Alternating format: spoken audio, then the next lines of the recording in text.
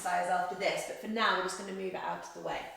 If you want to here, so we're going to take our knees so that they're hip width apart. Very, very similar to what we've just done before, and I don't want you to go any closer to the wall. So wherever you were for that last exercise, provided that you weren't too close to the wall then, I want you to stay in about the same position. So we're in a kind of like static back type setup. We're not having our knees together this time. You might want to put a yoga block in between your knees because it's going to help keep your knees tracking directly in alignment with the hips. So I don't want that internal rotation. We're going to be doing more shoulder flexion here, but you might find that without a block in between your knees, that your knees want to kind of like drift out to the side or drift inwards. I'm not going to bother because I know that I have that kind of kinesthetic awareness to be able to control this at the same time as my upper body, but you guys might not quite be there yet. So maybe have a block or a pillow between your knees if you need to. Making sure that the middle of the toes are in alignment with the middle of the hips. So we're thinking about that foot alignment. This is not right. We're pivoting around that axis of the ankle, keeping the feet straight up towards the wall. Outer edge of the feet is what we're really aligning ourselves with there. Okay, so the exercise is very similar, really, other than the lower body. We're going to keep our hands together. So we're really trying to keep the palms together throughout. You are going to notice in this exercise, which is called Flexion Abdominals Pullovers, that your palms are going to want to come apart, the wrists are going to want to come apart. That's a compensation, don't let that happen. So the palms stay firmly together, your hands are like driving up and away towards the ceiling. You're keeping your elbows locked and straight, unless you are a hyperextensive person, which, as in if you've got like hyperextensive elbows, which probably this isn't the routine for you anyway, because you need is probably something slightly different at your shoulders. It'd be hard for you to control your elbows in this. So keeping the arms straight, elbows locked, and we're really focusing on that rib cage position as we pull the as we pull the arms behind us like this. This is what it looks like. What I don't want you to kind of see or feel is that your rib cage is doing that flare, okay? All of this is very important. If we want your shoulders to unlock into flexion, they have to be able to do this independently of your rib cage. So keep the rib cage grounded on the floor. That is way more important than how far your arms go, okay? So it doesn't matter if your arms go here and then you start noticing that the bottom of your ribs want to lift up. Stay within this range of movement, slowly pushing it a little bit more each time. Focus on the rib cage staying on the floor. Your palms also need to stay together, and not that many of you are probably actually going to be close to the floor yet, if you're doing it properly. You're not aiming for your hands to touch the floor, because if you aim for your hands to touch the floor, you'll likely bend your wrists and kind of do some sort of tapping movement. Can you see there how when my arms go back behind me, I'm not opening my shoulder into flexion, I'm actually keeping the shoulder like locked in that hunchy forward position. I'm just batting the floor with my hands. So what we're really ultimately aiming for is the upper arms heading towards the floor. I can't touch the floor with my upper arms. This is definitely a range of movement I need to practice more. But just remember, this is not as important as your rib cage. So keep the rib cage grounded. We're trying to keep the palms firmly together, arms are straight and powerful, hinge point is the shoulder, and remember not to let those knees fall in. We're going to do 20 times 2, so we'll do one set of 20, stop for a second, and then set ourselves up again. Okay, pull the rib cage down, back of the neck stays long, you can have a pillow under your head if you need to. So if you feel like your head's like tilting backwards, then have a pillow under your head. Off we go. Rib cage is the most important thing. Palms stay together, arms are long and straight. 1. 2. Notice how I'm not touching the floor because I think I'll flare my ribs. 3. I might do it in the next set though. 4. Sense the ribs more than anything else. Don't focus on the hands and the arms too much. 5. 6. Keep breathing. 7. 8. Watch your knees. 9. 10. 11. Are your palms together, your elbows straight? And are you aiming to touch the floor with your upper arms rather than just aiming for the hands to touch the floor? Most importantly, is the rib cage staying grounded throughout? 15, 16, 17, 18, 19, 20. Okay, cool. Have a little break.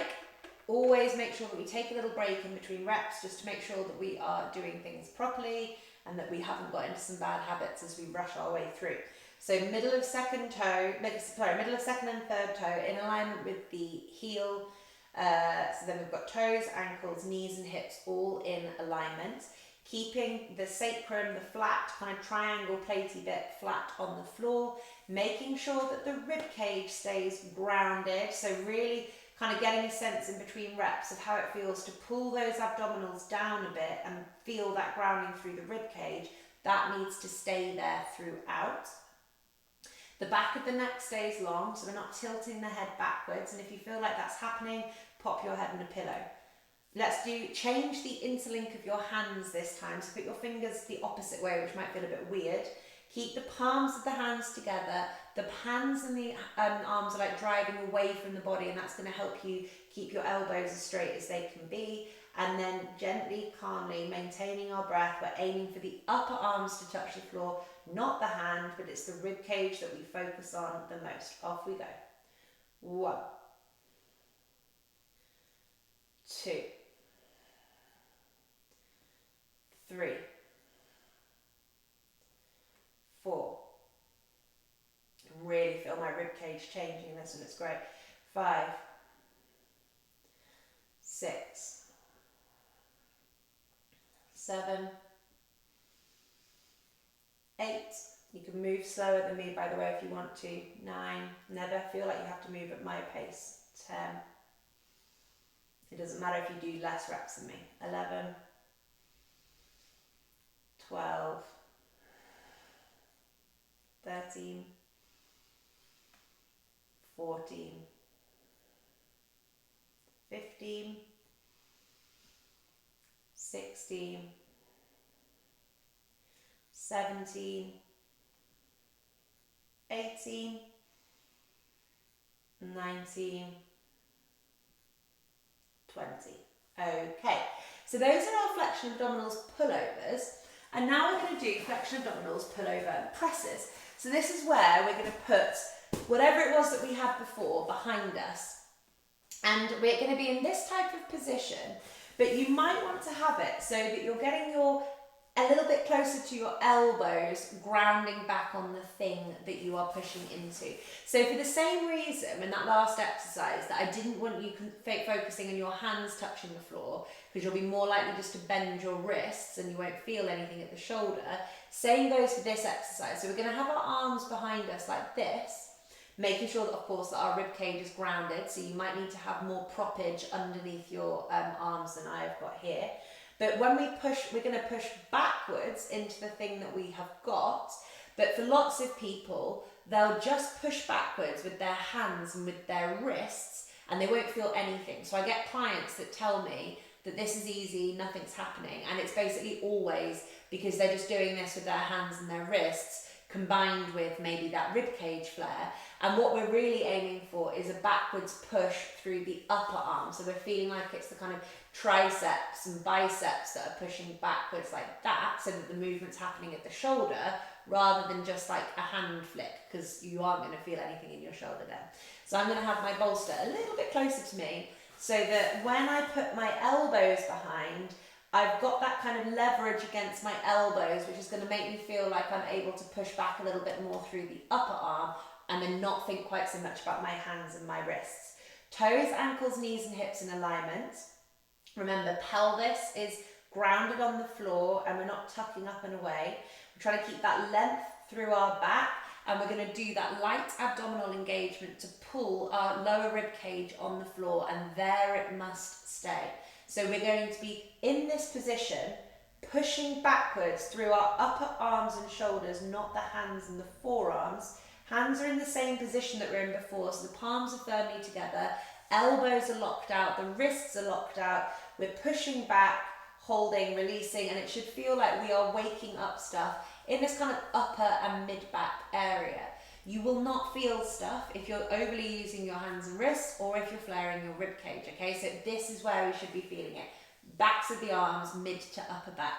Keep the rib cage down. So 20 of these, keep breathing. Off we go. Squeeze back, palms of the hands stay together. It's the upper arms that drive backwards. Neck is long, give yourself a double chin, hold, release. 1, 2, hold, release. 3, hold, release. Remember your knees, keep them in alignment if you don't have that block. 4, hold, release. 5, hold, release.